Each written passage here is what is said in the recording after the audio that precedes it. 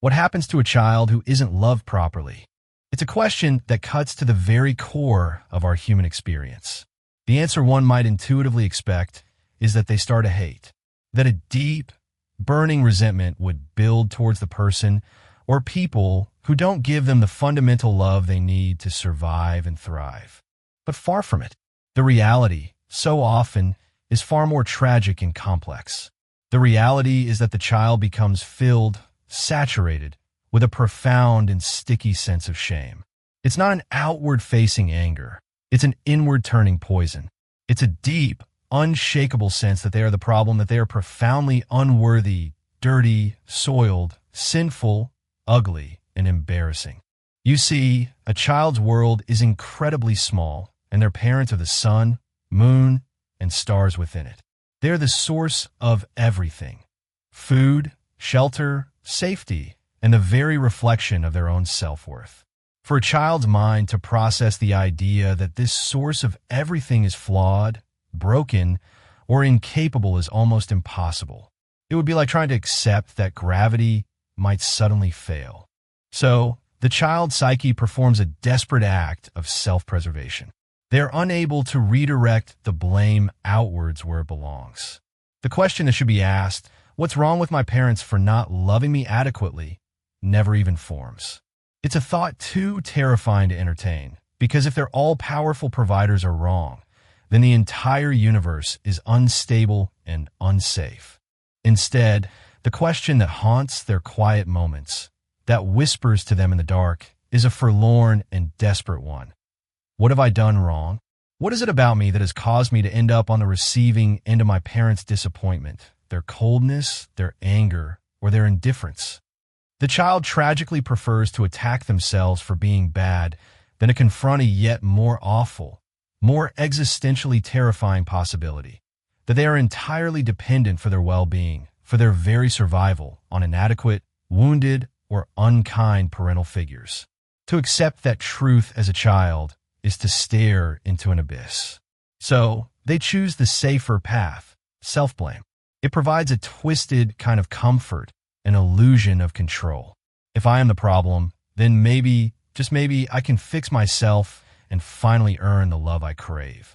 This becomes the silent, central mission of their childhood. The child searches relentlessly for explanations for the lack of love they have to endure, and like a detective with a faulty map, they come up with all the wrong answers. They conclude, "I've not been impressive enough," or "I'm too loud," "I'm too needy," "I'm not smart enough," "I'm not talented enough." And therefore, in response to this flawed conclusion, they undertake enormous, exhausting efforts to prove to themselves and to any outsiders who might be watching that they do, nevertheless, deserve to exist. This internal pressure splits their path into a few predictable, yet heartbreaking directions. At school, you might see one version of this child. They might try 7 times as hard as any other. They become the perfectionist, the straight-A student, the captain of the team, the people pleaser who never says no. Every achievement, every trophy, every word of praise is a temporary balm on the deep wound of unworthiness. But the relief is fleeting, because the achievement was never for them. It was a performance, a desperate bargain to earn their place. The fear is always lurking. If I stop achieving, if I fail, I will be exposed as the worthless person I truly am, and the love will disappear. Or, in a different manifestation of the very same pain, a child may go down an antisocial route. They become the problem child. They graffiti the nearby underpass, get into fights, or defy every rule. This isn't a celebration of badness. It's a desperate, primal scream. It's a way of giving outward, visible form to the feeling of ugliness and chaos that is torturing them from the inside. The graffiti on the wall is a mirror of the turmoil in their soul. It's a way of saying, "Look at me. See how broken I am.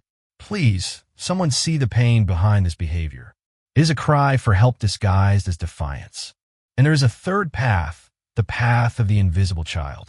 The one who learns that the safest way to survive is to take up as little space as possible, to have no needs, to cause no trouble, to become a ghost in their own home. hoping that by demanding nothing, they can avoid the pain of rejection. So sadly, you see, there is no way out from the burden of shame available through these coping mechanisms.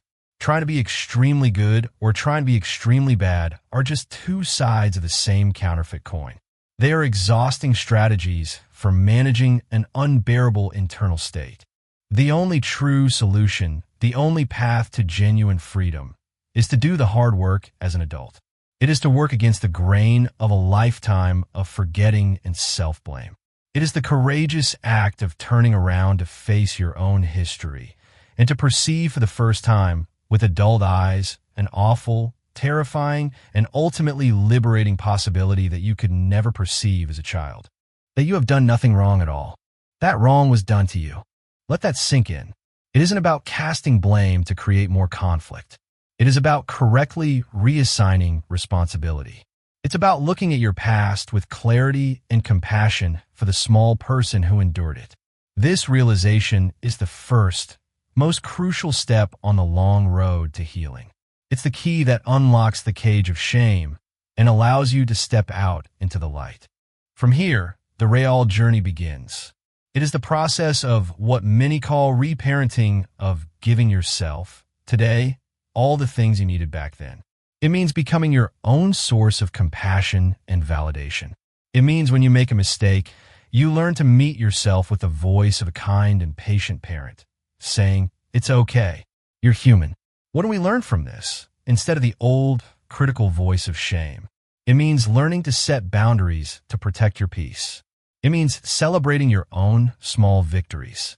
The past cannot be changed. The scars will remain. But they don't have to be wounds that bleed forever. Over time, with conscious effort, these scars can become a testament to your resilience. They become a map of where you've been and a source of incredible strength. The pain, once understood and integrated, can be transformed. It can blossom into a profound empathy for others, a deep wisdom about the human condition, and an unshakable sense of your own intrinsic worth that is not dependent on anyone else's approval. And in this healing, a miracle occurs. You don't just save yourself. You break the cycle, the generational trauma, the pattern of pain that may have been passed down for decades, ends with you. You transform that legacy of pain into a new legacy of consciousness, strength, and profound, authentic love. You become a safe harbor not only for yourself, but for the people you touch in your life, your friends, your partner, and perhaps one day, your own children. You show them what it means to be whole. That is the beautiful, hopeful, and achievable ending to this story. If this message and this journey of understanding and healing resonated with you, please consider subscribing to our channel. We explore these important topics to help us all live more conscious, fulfilling, and liberated lives. Click that subscribe button and join our community as we walk this path together.